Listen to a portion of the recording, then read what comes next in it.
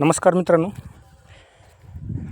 आपण हरभऱ्याला आज ठिबकद्वारे पाणी चालू केलेलं आहे. आणि एक तुम्ही लक्षात केलो का, जरा हरभरा पिवळा पडत आहे खाल्ल्या साईडनी. हे बघा, हे लक्ष करा. बघा, हे असं भरपूर जणांच्या शेतामध्ये होत असेल. खालच्या साईडचे पानं तेवढे पिवळे पडायले त्या बाई. तर ह्याला घाबरायची काही गरज नाही. हे एकतर जमिनीमध्ये ओल कमी झाल्याच्या नंतर, म्हणजे अजिबातच ओल ही संपली तर मग तसं होतंय. किंवा मग ह्याला जर नत्राची पूर्तता होत नसेल त्याच्यामुळे पण होते. तर त्यासाठी आपल्याला काय करायचे, एकरी कमीत कमी 10 किलो युरिया आता पाण्यातून द्यायचं आहे आपल्याला.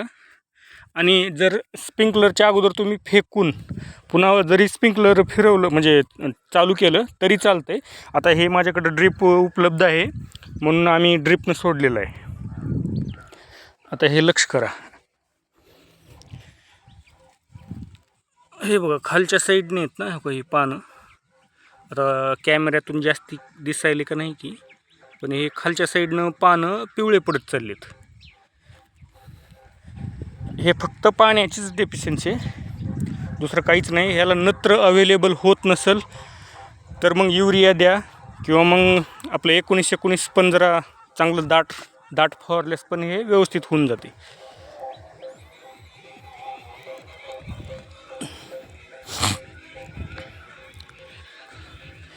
आपण दाखवतोच मी तुम्हाला.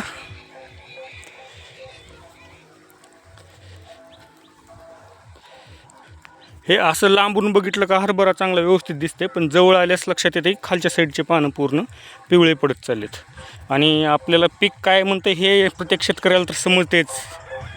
ठीक आहे, कोणी अंदाज लावण्यात थोडं मागं पुढं होऊ शकते, पण लक्षात येत असते सगळ्याच्या. आता हे आपण हो का फवाऱ्यातूनच ड्रिपला लावलेलं आहे. हो का, आम्ही 5 किलो युरिया आणि 5 किलो अमोनियम सल्फेट दिलेलं आहे.